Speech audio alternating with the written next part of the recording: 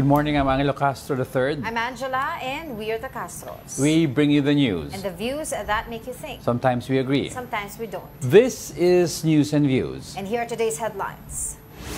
Senate President Chis Escudero and the office of Senator Robin Padilla have ordered an investigation into reports of marijuana use by a Senate staff member inside the upper chamber.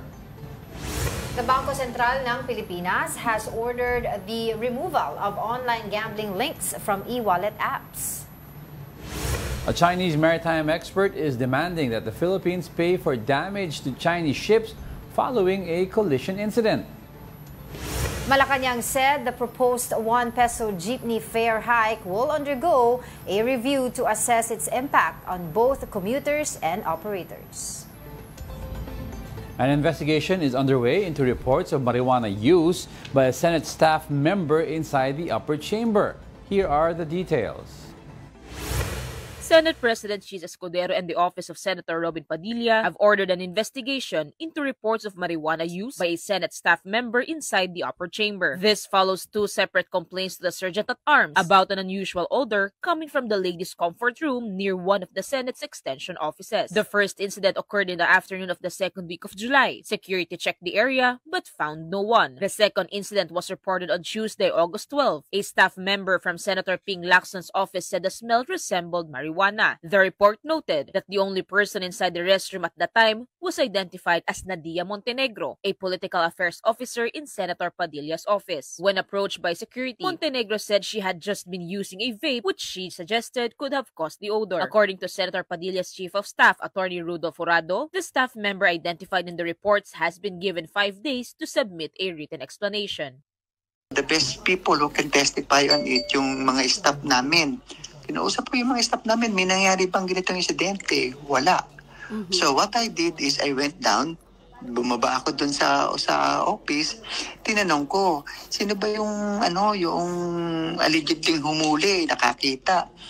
And surprisingly, sila hindi rin nila alam. Meanwhile, Senator Lacson insists that there should be an investigation on the matter. Hindi maganda talaga, isipin mo. Senado yun eh. Tapos mga amoy parang Amsterdam. Identified naman kung sino yon. Alam ng OSA eh. Alam ng mga gwardiya doon sa Senate kasi sila nakakita. The Commission on Elections or COMELEC will investigate reports that some officials received campaign donations from government contractors despite legal prohibitions. COMELEC Chairman George Garcia said the Political Finance and Affairs Department may conduct a motu proprio probe into contributions linked to flood control and other infrastructure projects. He noted that donations from both 2022 and 2025 can still be acted upon within the 5-year prescriptive period. Under Section 95 of the Omnibus Election Code, contractors are barred from funding candidates, with violators facing 1 to 6 years in prison. Now, to further discuss this matter, we have COMELEC spokesperson Attorney Rex Laudianco on the line, joining us today or via Zoom. Via Zoom. Good morning, Attorney.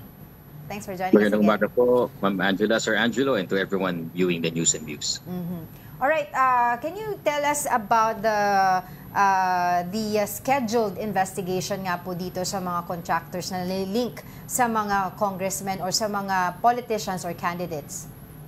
Wala naman pong specifically na nalilink sa mga congressmen or sa flood control, but it's a general inquiry sa lahat po ng naisabit na statements of contributions and expenditure. Ito po kasi yung mandato ng kagagawa lamang po na pinalaking departamento namin, ng Political Finance Affairs Department. Sila po ang sumusuri ng lahat po ng statements of contributions and expenditure. Ang una nga pong ginawa nila ay sinapubliko sa pamamagitan ng pagpo-post sa aming website ng lahat ng sosi po ng lahat ng naging kandidato nitong 2025 elections. At attorney, pa-define ko lang, no, kasi ang bawal mag-contribute sa isang kandidato ay isang contractor. Pero ano ba ang definition ng contractor? Kasi sa isang kumpanya, madaming owners yan. Pwede ba yung owner lang mismo ang mag-contribute? Parang sabi ni Senator Chis, parang ganun daw pwede. Huwag lang daw yung kumpanya mismo. Tama po kayo. Ang sinasabi po kasi sa Article 95C ng Omnibus Election Code, it's either the person or a juridical entity na merong kontrata, whether a main contract or subcontract for goods, services, or infrastructure sa pamahalaan. Sila po yung pinagbabawalan from contributing to political expenditures. So, yun nga daw pong sinasabi nila, yung maaring may lusot doon kasi po pwedeng sabihin, oo nga, siya nga yung may-ari ng kumpanya, ng contracting firm, pero yung contribution naman niya personal. Pero doon po ba sa Omnibus Election Code po natin, meron po bang provision doon na nagsasabi na meron din pong limitation ang donation ng isang person or individual to a certain candidate? Alam niyo po, sa Pilipinas at sa mga umiiral na election laws, from the Omnibus Election Code hanggang to sa Republic Act 7166, wala po kasing limitation sa contribution sa Pilipinas. Ang nililimitahan po dito ay yung expenditure, yung po nadidinig nyo na 5 pesos at yung 3 pesos yung sa independent at with political parties. Hindi po katulad sa ibang bansa na wala namang limit sa expenditure pero ang may limitation sa contribution. Dito po sa atin, simple lang. Walang limitation kung magkano ang pwedeng tanggapin na contribution, pero dapat itong gastusin sa inyong pangangampanya dahil pag may natira at hindi ibinalik doon sa nag-contribute, ito'y bubuwisan ng Bureau of Internal Revenue. Doon sa natanggap naman po, kung sakali man po yan ay naggaling sa kung saang source, ito po ay kailangang i-disclose sa pamamagitan ng Statement of Contributions and Expenditure. Ganyan kasimple po ang ating batas. Pero what about po doon naman sa side ng nag-donate? Meron din po ba siyang parang limitation, a certain percentage of his or her income na po pwede niyang, kumbaga, doon pagbabasihan kung magkano siya pwedeng mag-donate sa isang kandidato? Wala pong limitasyon talaga pagdating sa contributions. Yun pong ang limitasyon ay pumapasok doon mismo sa kandidato kung magkano lamang ang maaari niyang gastusin. Kaya nga dumating doon sa punto, whether ito ibabalik niya kung hindi niya magastos. Dahil kung ito po ay nagastos, lumalabas po, walang buwis. Hindi po ito binubuwisan. Pero kung ito ay hindi nagastos, it's either ibalik mo yan or kung talagang kasama na sa iyo, ikaw po ay bubuwisan ng Bureau of Internal Revenue. Attorney, hypothetically or for example, yung sinasabi mong kailangan ibalik ang hindi nagastos kasi kunyari, tumama na siya sa spending cap during election or campaign season. What if nag-declare siya na ginastos din niya prior to the campaign season? May tax pa ba yan? Ganito po.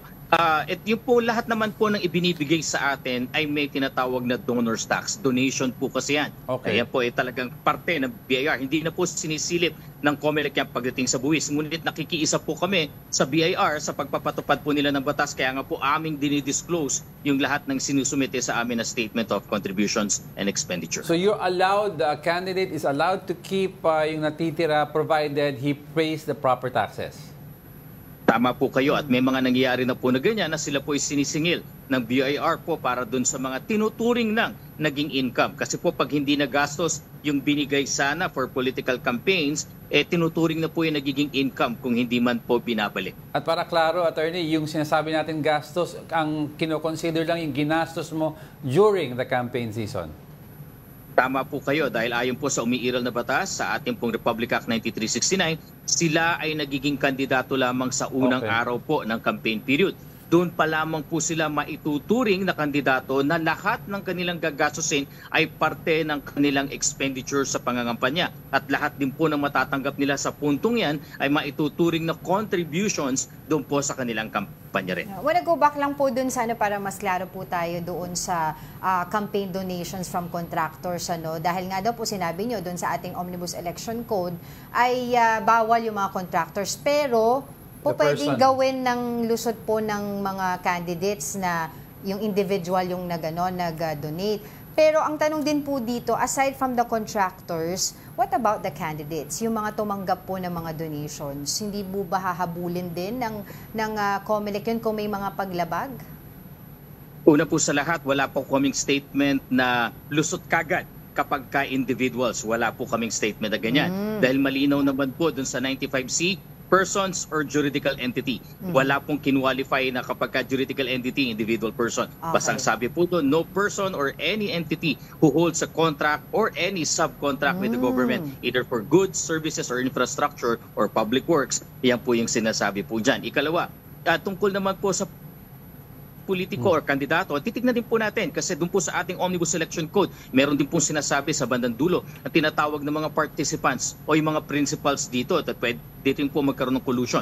Ikatlo, medyo maingat po kami sa pagsasalita rin tungkol dito dahil alam naman po natin, ang kaso po ng election offenses ay inilalagak po sa COMELEC at ang paglabag sa Section 95, Article 95C ng Omnibus Election Code ay election offense. Criminal offense po kasi ito. Sa amin po mailalagak yan. At ang pagkakaparusa po dyan, kung sakali mang maipakonvict po namin sa regional trial courts, ay pagkakakulong ng 1 hanggang 6 na taon, pagkakatanggal po ng karapatang bumoto, at yung perpetual disqualification to hold public office. Ganyang kabigat po ang isang election offense. So, mabuti po na klaro po ninyo yun, ano? Kasi may ibang mga lumalabas din po reports or mga statements are saying na, nakalagay lang naman nun sa Omnibus Election Code natin, bawal yung mga contractors, no? Pero hindi sinabi yung, kumbaga, yung mismong may-ari or as individual o as a person siya magdodonate. Kasi yun po yung nakikita nila na maaring excuse or rason, ano, na maaring makaligtas sila sa ganitong klaseng usapin. Tulad po nung gawin na po natin example yung sa kaso po or dun sa statement or report na lumabas tungkol po kay Senator Chis Escudero na may lumabas po na contractor siya nag-donate, na contractor po siya ng gobyerno, pero ang sinasabi nung iba ay kasi as a person daw, as an individual siya nag-donate o personal donation, parang ganon. So maari pa po ba natin tignan yun makakasama po ba yun sa inyong investigation? Kasama po lahat yan, Ma'am Angela, Sir Castro. No? Wala pong pronouncement si Chairman Garcia or COMELEC na gano'n na hinimay kagad yung Article 95C. Basta malinaw po ang mandato ng Political Finance and Affairs Department. Imbestigahan lahat ng contributions, imbestigahan lahat ng statements para sa expenditure. Tignan kung ito ay mga valid na contributions dahil sa ating pong batas, merong mga prohibited na contributions. Tulad po nito, tulad ng galing sa foreign entity, tulad ng galing sa foreign governments or corporations. At tinitignan din po nila kung lumampas sa pagkakagastos, tinitignan din po nila kung merong pagsisinungaling o hindi pagsasabi ng totoo. Lahat po ng bagay na yan ay kasama sa kanilang pagsusuri. Attorney, so para malinaw, no? So ang ginagawa niyong investigation ngayon is not really to dahil may information kayo na meron na nakatanggap ng illegal contribution, but rather you're taking a look at all contributions as a whole, at kung may makita, then the necessary cases will be filed. Is that correct? Tama po kayo, lahat po yan, ano? Kaya nga po binubuno ng departamento na yan, lahat ay sinusuri, lahat ay tinitingnan. At isa rin po sa dahilan kung bakit namin nilagay sa aming website yung mga SOSE ay para humingi ng tulong sa ating mga kababayan. Kung kayo po ay may impormasyon, either hindi nagsabi ng totoo, lumampas sa pagkagastos, merong hindi dineklarang contribution, merong hindi dineklarang expenditure, at kung may prohibited contributions, ay maari po kayong dumulog at magsabi po sa COMELEC, ibigay nyo lang po yung impormasyon. Hindi nga po namin kinakailangan na kayo ay kumbaga ay bigay yung lahat ng detalye, pangalan, paari pong confidential yan. Ang importante po, matulungan po ninyo ang COMELEC sa bagay na ito. Attorney, order of priority nyo because kung lahat, di ba, lahat ng contribution sa mga candidates ay titignan, medyo mahaba abutin to, no? So are you going to first prioritize yung mga nanalo muna? Tama po kayo, ganyan nga po, may order of priority sinisimula dahil hindi naman po ganun karami ang aming tao. Talaga pong inuuna po namin yung mga nanalo. Ikalawa po, tinitingnan muna namin yung mga national candidates, pero meron din pong grupo na kasabay doon sa departamentong nabanggit na tumitingin na doon sa ating local candidates. Wala naman po in particular, kung sakali din naman pong merong impormasyon na pumasok sa amin na talagang magbubunsod sa COMELEC na simulan na yung pagsusuri dito, ay ginagawa na rin po namin yan.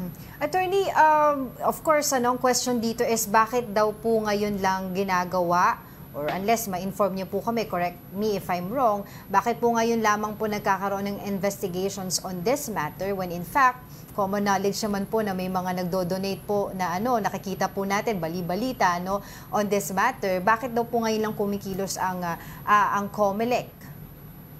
Naku, hindi po. Siguro po para sa impormasyon ng lahat ng ating kababayan, hindi po tumitigil ang COMELEC mula po nun. Hindi lang po ninyo siguro na ipapublicize, hindi lang namin na nasasabi sa inyo. Alam niyo po bang mahigit 3,000 kaso ang naisampa na ng COMELEC sa iba't ibang korte sa buong Pilipinas? It's dahil sa mga natuklasang hindi pagsasabi ng totoo, sa mga contributions na hindi dapat, sa mga expenditures na lumampas dun sa cap ng ating mga batas. Ganyang karami po ang sinasampa ng COMELEC. Binibigyan po natin sila ng pagkakataon, yung ating mga kandidato na respondents, na magkaroon ng nagkakataon na magsabi, mag-due process po sa amin, magpaliwanag. At kung hindi po satisfactory ang paliwanag at malinaw sa COMELEC na sila'y lumabag sa batas, agad po kami nagsasampa ng kaso. Kaya ito po ay hindi ngayon lang, tuloy-tuloy po ito at na maaring hindi lang po namin nababanggit. Attorney, may lilinawin lang ako, no? What if nag-divest ako ng interest before I made a contribution and I own a company that has a contract with the government, pero wala na akong holding stake, pero common knowledge at records will show na yung family mo, your entire family owns a corporation. Titingnan po natin, ayaw po namin magsabi ng sarado po dito dahil ito po ay magiging parte ng investigation kasi hindi naman po sa isang action lang natatapos lahat. Marami pong maaring anggulo na tingnan tayo dyan. So ito po, pangkalahatan po, very comprehensive po ang aming investigation dyan.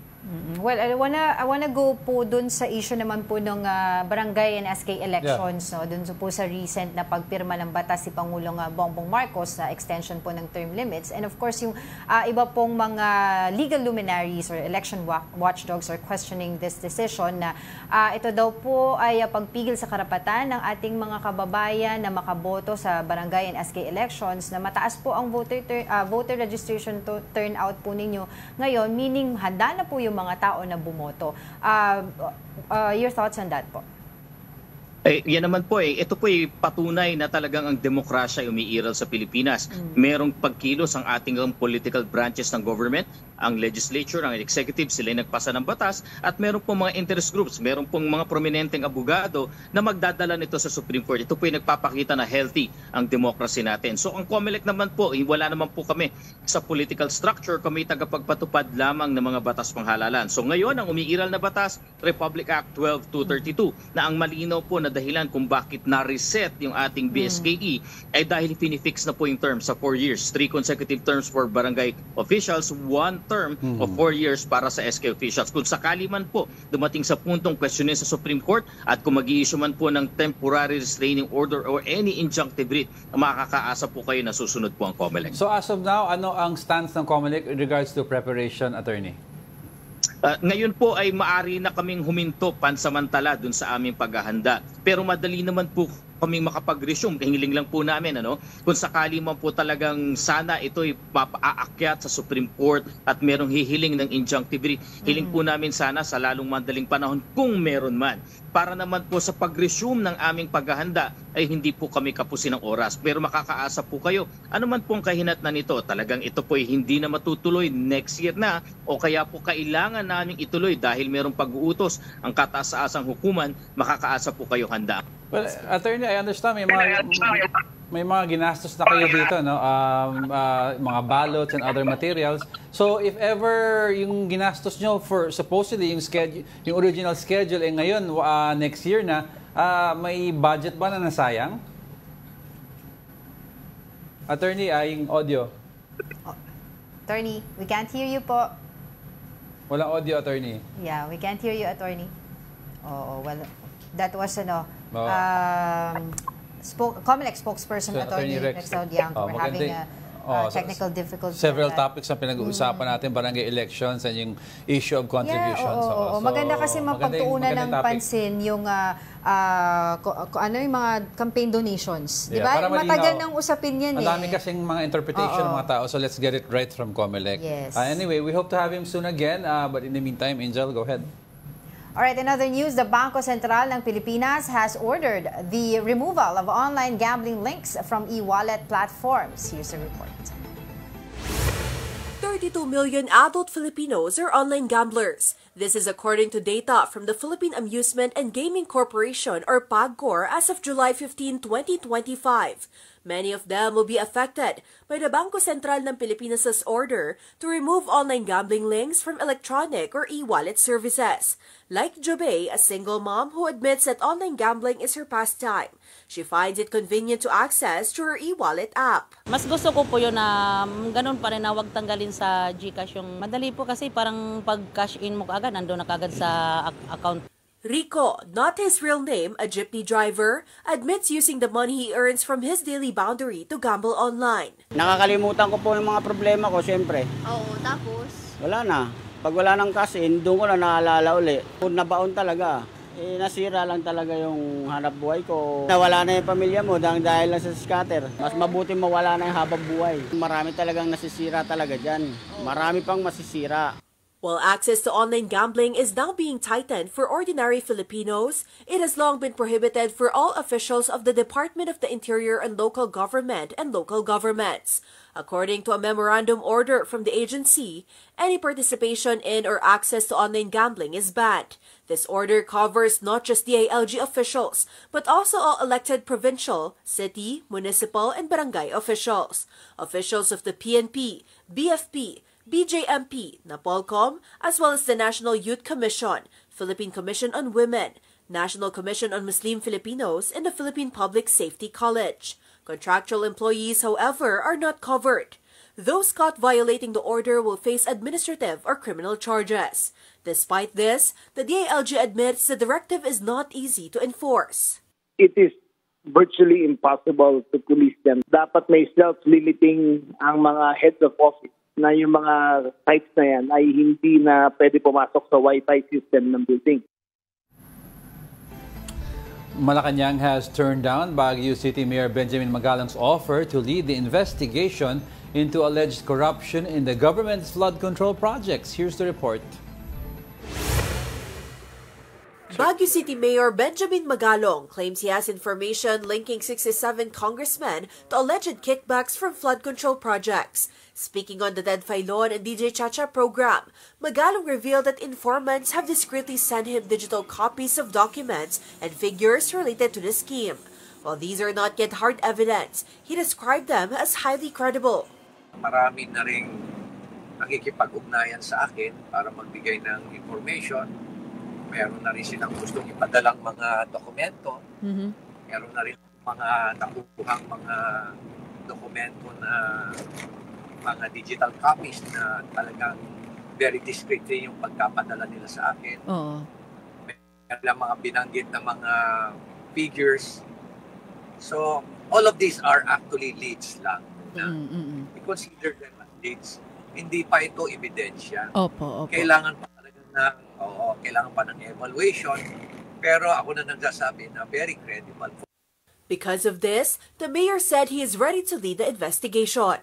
However, the palace said that's no longer necessary. Instead, it urged Magalong to submit his findings directly to President Bongbong Marcos. Kung ano man po ang meron siya, maaari niya po ito maisumiti agad-agad sa ating Pangulo para yung sinasabi po nilang 67 congressmen, at mukhang sila ay identified na ni Mayor Magalong. Hindi pa po ba mas magandang maibigay na niya ang report na ito sa ating Pangulo? At kung kinakailangan maidemanda o makasuhan ng may sapat na ebidensya, agad-agad na din po itong dapat gawin. Palace Press Officer Undersecretary Claire Castro said the President has already set a mechanism for the investigation. She added that any contractor found involved in anomalous flood control projects should have their government contracts terminated. Speaking on the big story last night, Magalong said that while he understands the decision of Malacanang, he emphasized the importance of a third-party investigation.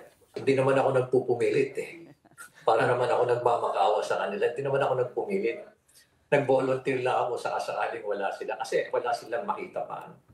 Unang-una, just would like to emphasize that the investigation should be conducted by a third party, an independent body. That is actually the intent. Yun ang gusto kong ipahiwatig sa kanila. Hindi yung mismong mga akusado, kaya yung mga kung sino yung mga involved, sila rin na mag-iimbestiga sa sarili nila. Kumbaga, it's a question of moral ascendancy. Para mong sinabihan yung kriminal na, okay, sige, imbestiga mo na yung sarili mo, tapos kumuha ka na rin ng mga ebidensya, tapos pailan mo na rin yung kaso mo.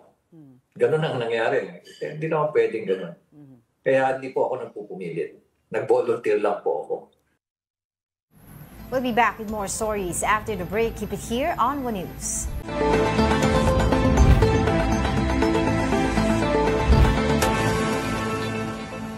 Good morning. You're still watching News and Views here on One News.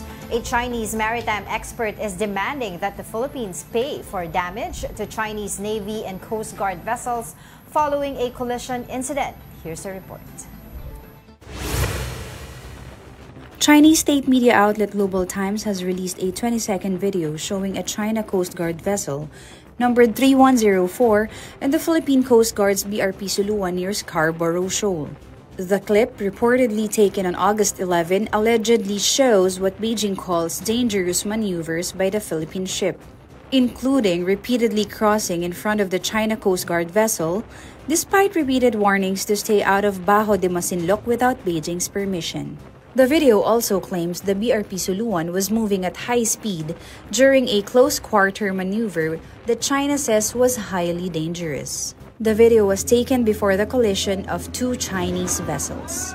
A Chinese maritime expert claimed that the Philippines should pay damages for the vessels of the Chinese Navy and the Chinese Coast Guard that were allegedly damaged in the incident.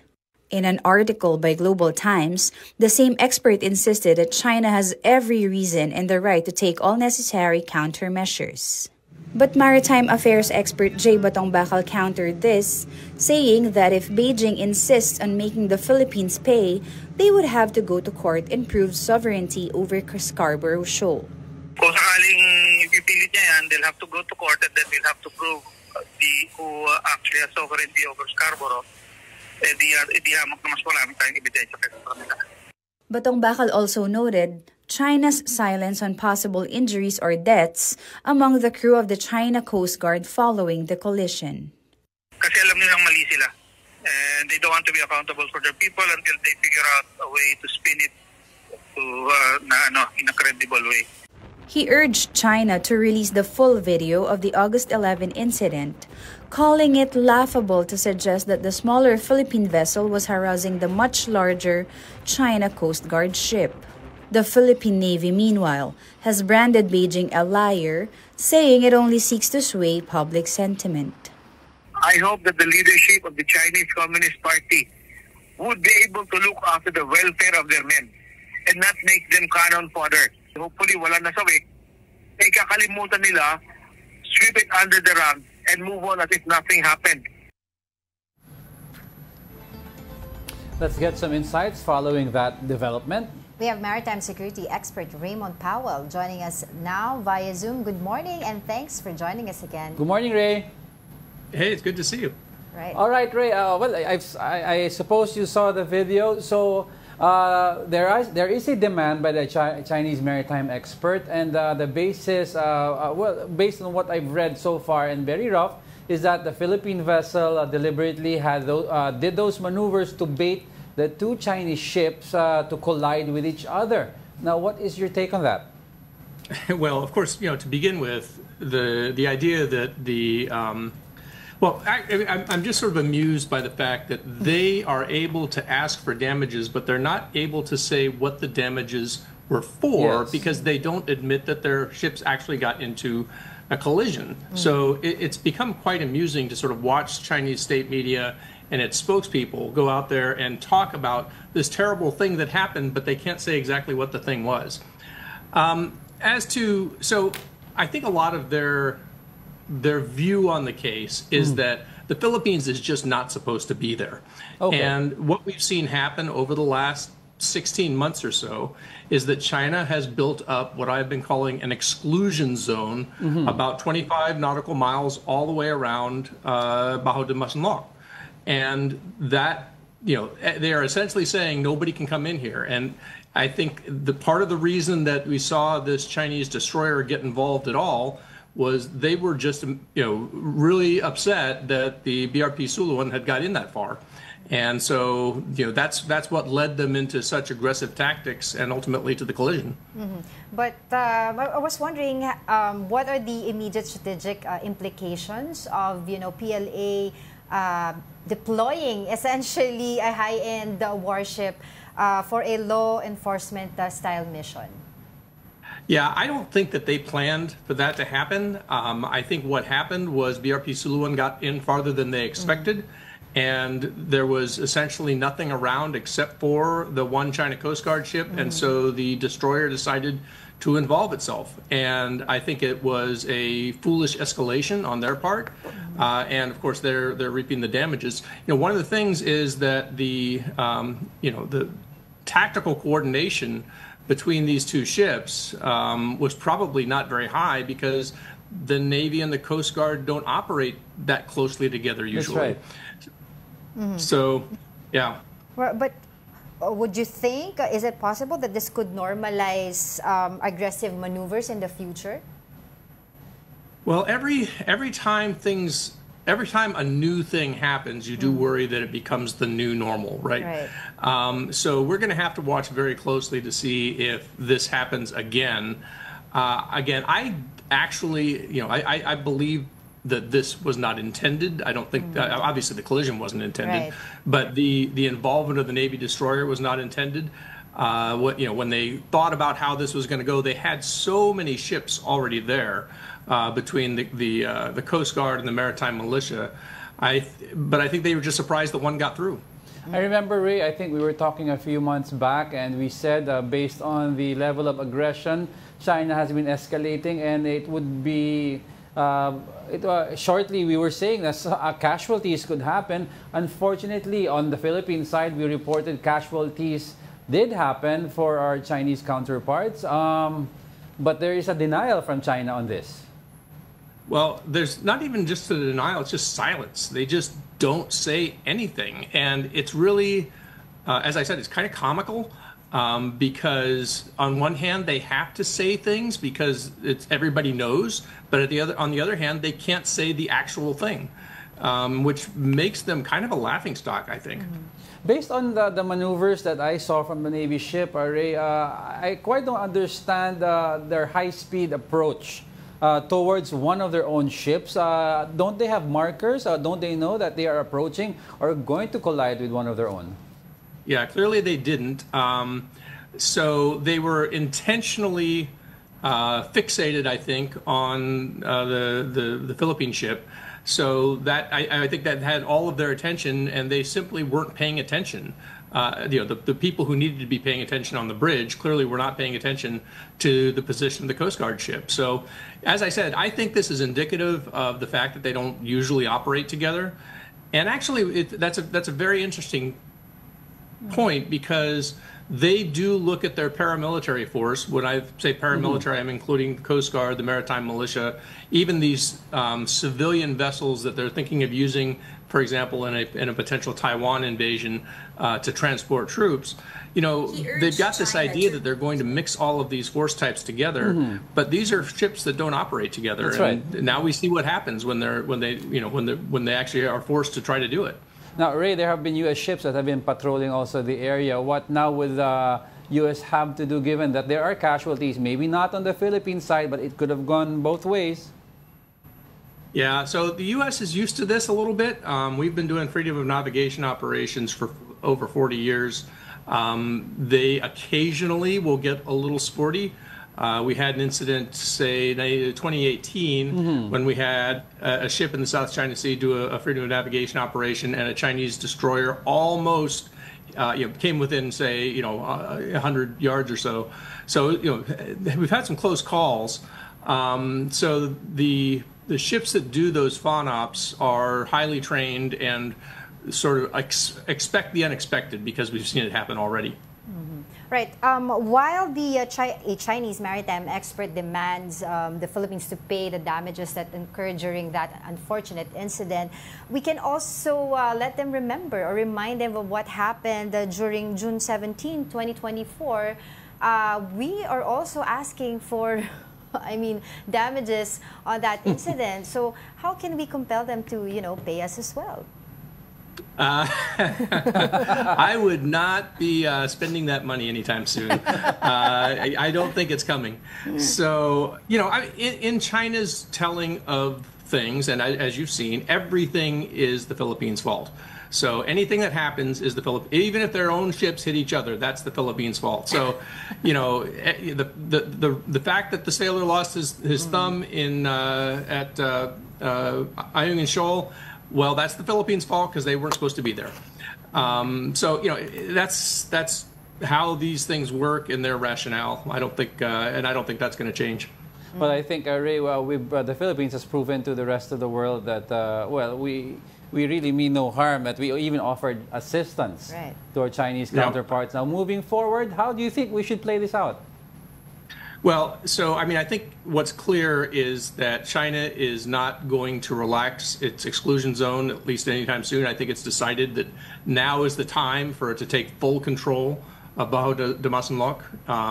The time of, you know, even the, you know, of course, they've ignored the arbitral ruling all along, and the arbitral ruling said that all countries that used to, the people who used to fish there should be allowed to continue fishing there, and China doesn't care about that. They're not interested in that. What they are interested in is expanding their claim, and so they are an expansionist power. They are essentially carrying out a maritime occupation of the West Philippine Sea, and I think they plan to do that for a while. So what I have generally said about this, I think that it is good that the Philippines continues to contest, because you want to send the message that you're not leaving. You know, you have not abandoned your claim to Bajo de Masinloc, and I think that's important to. So you have to keep going out there, right? But at the same time, I think it's not going to change the fact that they're going to control it for a while. The real question is, what happens in, say, 5, 10, 15 years? I think that's actually how far out you have to start thinking about this. Because the way that you defeat an occupation is you wait for the occupier to get tired of all of the costs of occupation, right? So, and it's not just having ships out there. It's not just having dangerous situations. It's the beating that they're taking on the international stage. And at some point, they're going to care about that again. They don't care about it so much right this minute, but they will eventually. I think they do care about it, but they care about having Scarborough Shoal more. So, you know, the Philippines has to think long term. Understand that, you know, this is at some point there will be a government in Beijing they can talk to. It just isn't right now. Yeah. The question here is that, will they get tired? All right, thank you. You think they will get tired? What do you think, Ray? Look, you know, that's how occupations end. I mean, and they do. And now sometimes it takes a very long time, but that's how they end. So before we go, is it a game of rather who gets tired first, the Philippines or China? Well, China, I mean, I think that is actually a huge part of the game, right? So China is hoping the Philippines will get tired and go away. And maybe they're hoping that some future administration in Manila will say, "Hey, why are we doing this?" That, you know, that shoal has been gone for a long time. We're not getting it back, so we'll just give up. Right. And, you know, once that happens, then that'll be a self-fulfilling prophecy. With that, thank you so much for your time again, maritime security expert Raymond Powell. Thank you so much for joining us. Good to see you. Okay, well, malinaw kasi we talked about it a few months ago about an escalation would happen na may casualty based on how aggressive they are. True enough, may casualty. It doesn't matter saan nanggagaling ang casualty, no, sa atin or sa kanila, may namatay pa rin. And may namatay, what's so ironic lang is, help, it's from their side pa ang namatay. So that's how aggressive they are going. If you see the speed ng pag-ram ng Navy ship, ang bilis. And what's concerning about that is that yun yung normalization of deploying essentially high-end warship doon sa area, when in fact the mission that was happening there at that time was yung Kadiwa mission for the fishermen. I'm not surprised about yung Navy ship because may monster ship, if you remember, may monster ship on China umaaligid. Yeah, but it was just there. No, it was chasing. It was patrolling the area, meaning bakit ka may monster ship? Monster ship nila is one of their biggest ships sa fleet. So ano yung pinapatunayan nila? Right. Okay, Jago. Don't go away. We're not done yet. Stay with us.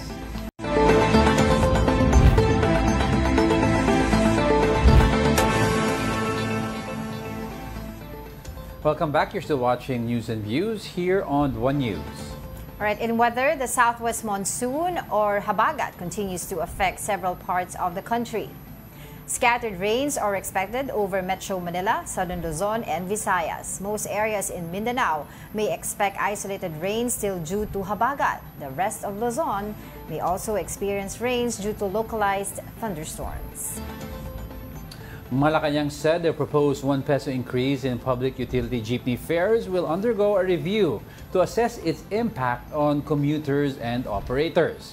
Palace Press Officer Under Secretary Claire Castro said President Bongbong Marcos directed the entire economic team, not just the Department of Transportation, to study the proposal. Castro added that public consultations and hearings will be conducted to ensure a balanced approach. Transport groups earlier requested the 1 peso fare hike, citing rising fuel and maintenance costs.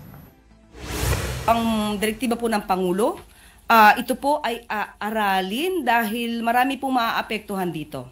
Hindi lamang po ang DOTR ang siyang mag-decide dito, kundi po ang buong economic team para po malaman natin kung kakayanin din po ng ating taumbayan ang dagdag pamasahe. Muli magkakaroon naman po ito ng consultation at mga public hearings para po mas maging balanse for both, no, or among the parties.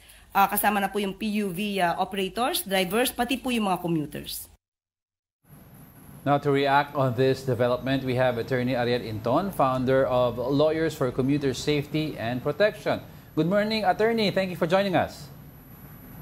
Good morning po sa inyo. Good morning sa ating mga taga-subaybay. Right, Attorney, of course, we would like to get reaction from your agency on this proposed 1 peso increase in jeepney fares. Sa grupo po namin, sa Lawyers for Commuter Safety and Protection, we are invited to attend the hearing set by the LTFRB on Monday, August 18 at 1:30 p.m. So we will present our side on behalf of the commuting public as to what we see or what we feel about this proposal of a fare hike. Una, we have to be clear about it that not all transport groups filed a petition. Hindi po lahat. So the others did not. There are about 3 transport groups na nag-file. Attorney, para maintindihan lang natin lahat yung itong proposal, yung mechanism nito. What if significantly bumaba ang presyo ng petrolyo, no, sa merkado? Is it an automatic na bababa rin or matatanggal kaagad yung 1 peso increase, or this is going to be a permanent one? Ganito po kasi, no? Ang hinihingi po kasi ngayon ng mga nag-file, no? But of course, matagal na nitong final to, no? That's right. Ang hinihingi nila ngayon ay provisional increase. Okay. Meaning to say na pending the resolution of the petitions, bigyan niyo muna tong provisional, which is, I think, they're asking for 1 peso, the others are 2, no? But they're, so, kapag ito ay binigay, assuming ibigay ito, it is immediately executory. Okay. Not unlike a fare na permanent. You need a fare matrix, you need a publication with of the decision. Pero dito, hindi, immediately executory. So, dun ngayon ang tanong niyo, sir, na what if bumaba? Then, pwedeng ibawiin ulit. Yes. Kasi provisional lang. Kasi provisional lang. Yun, it's more flexible for LTFRB to grant a provisional increase or a provisional reduction. Okay. Okay, kasi yun nga, no, while we understand yung plight po ng ating mga jeepney drivers, may mga reports po tayo na dati daw 2,000 na uuwi nila, ngayon 900 na lang, sobrang taas talaga ng gasolina. But we also understand yung commuters. So ano po yung nakikita nating alternative measures that you would recommend po para masuportahan po for the meantime itong mga jeepney drivers or jeepney operators na without burdening our commuters? Okay. Kanina, meron news clip that Malacanang directed other economic agencies na pag-aralan to. But actually, ang LTFRB po, even when I was still there, as a board member, before LTFRB comes out with a decision, we solicit recommendations, proposals from economic agencies like NEDA, for instance. Ayun. If you would recall, siguro a few months back, there was a news item na, ibibigay na yung 1 peso. And then nawala. Yes. Nawala yun because there was a war between Iran and Israel, and that propelled the price per barrel into about $78. Yes. 77.8, na malapit na yung 80. So there came the alternative solution of giving the fuel subsidy kasi malapit na mag-80. Under the law, pagka 80 na, immediately you have to release it. Now, at that time, again, when I was still with LTFRB, the Department of Energy already came out with a cause signal to the OTR na, sige, pwede na ibigay. However, nagkaroon ng truce. No?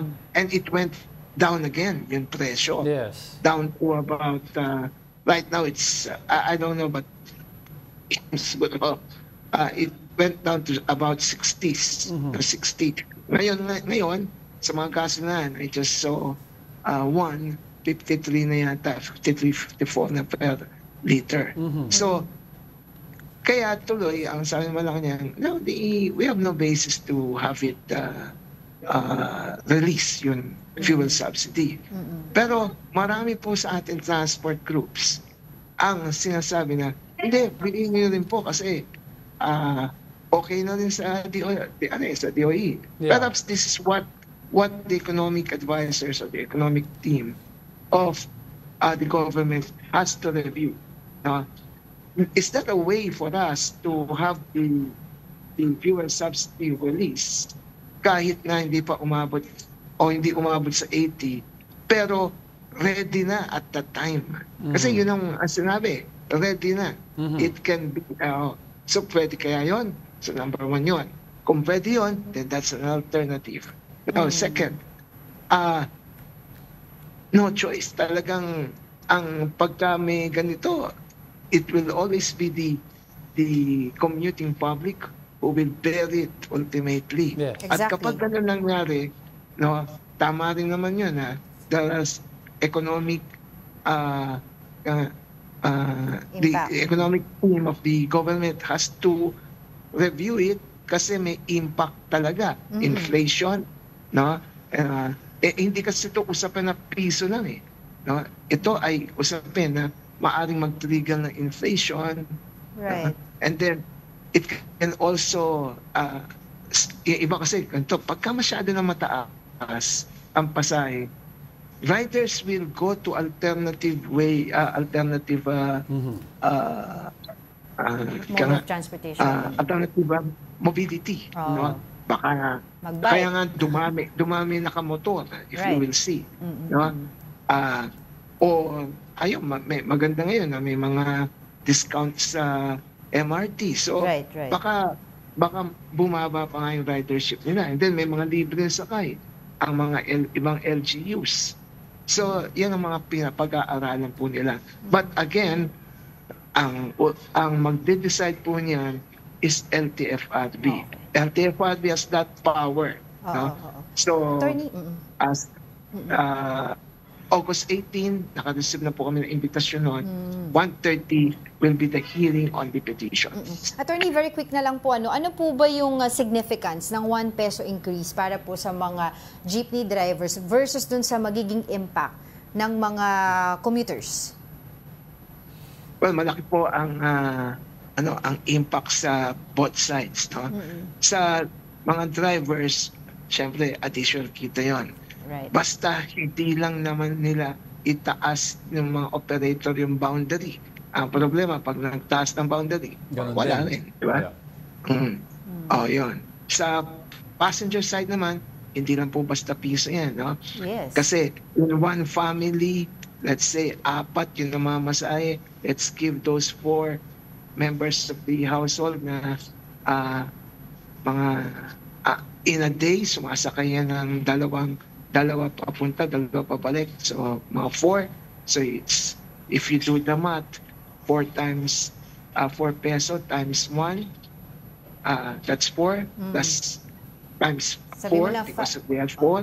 So, ganun ka lang. And then, multiply the number of days in a week, the number of days in a month. Yeah, malaki so, din. ganun ang impact. Right, right. Ma'am, sir, you would see, no, ito, if you go dun sa on the ground, ito, napansin ko naman to when I was with an LGU sa Quezon City when I was a traffic Caesar. Na nakikita ko bakit ang dami naman bus na medyo maluwag pa yung aircon pero hindi sumasakay yung mga ibang pasahero. Naghihintay sila ng non-aircon. Why? Kasi mas mababa pa pamasahe doon. Oo. So yung piso o 2 piso, malaking bagay po sa mga commuters to. Kaya tama lang pag-aralan pong mabuti to. But on our side, as those representing the commuting public, we will be present on August 18 para mapakita naman namin one, meron na bang sinabmit ang NEDA sa LTFRB at ano ang sinasabi nila kung sakaling may taas pasahe. Ayun. 2, second, is there a way for us to release the fuel subsidy? Take into consideration that at that time, a few months ago, it almost reached 80 and the government said, ready na to. Kaya lang, tapos biglang bumaba ulit. So, yung laban bawi doon. Is it really the spirit of the law? Na kapag baba. So, let's see. We have to find an alternative solution. Totoo. Nasa waiting game tayo ngayon. Pero sir, teka muna, wala na po kayo sa LTFRB? Yes, sir. Yes, ma'am. Opo. Kailan pa po? Recent lang po kasi you were here few weeks ago as LTFRB spokesperson. Nagulat lang po ako. So, your contract ended? Opo. And hindi naman po tayo nawala as sa LCSB because before we became a spokesman, nasa naman po tayo. Right. Nasa LCSB. Alright. And there's nothing new to us here kasi sa transport din naman po yung aming pong same lang sinasabi. Opo. Alright, with that, maraming salamat po muli sa inyong oras. Attorney Ariel Inton, founder of Lawyers for Commuter Safety and Protection. Nagulat lang ako kasi last time we talked to him, si attorney nandun Anyway. I know. Alright, in other news, authorities warn the public against a tobacco variant called Tuklaw, which has an unusually high nicotine content. Para po bigyan ng mukha ang balita, Mobile Journal, Arles de los Santos.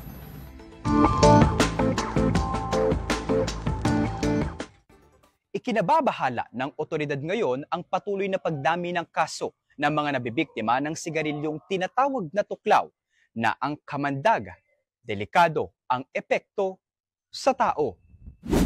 Sa nagdaang mga linggo, sunod-sunod ang naging kaso sa Taguig City at Puerto Princesa ng mga binatilyong nangisaya at tila nawala sa kontrol. Ang mga ito humithit umano ng sigarilyong tinatawag na tuklaw.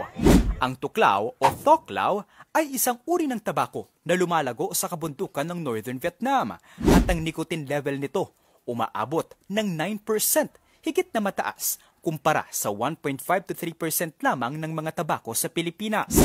Ayon kay PIDEA Director General Isagani Neres, ang kumakalat na halo ng tuklaw sa Pilipinas naglalaman ng synthetic cannabinoids, isang kemikal na nilikha na may kaparehong epekto ng marijuana na sinasabing nakamamatay.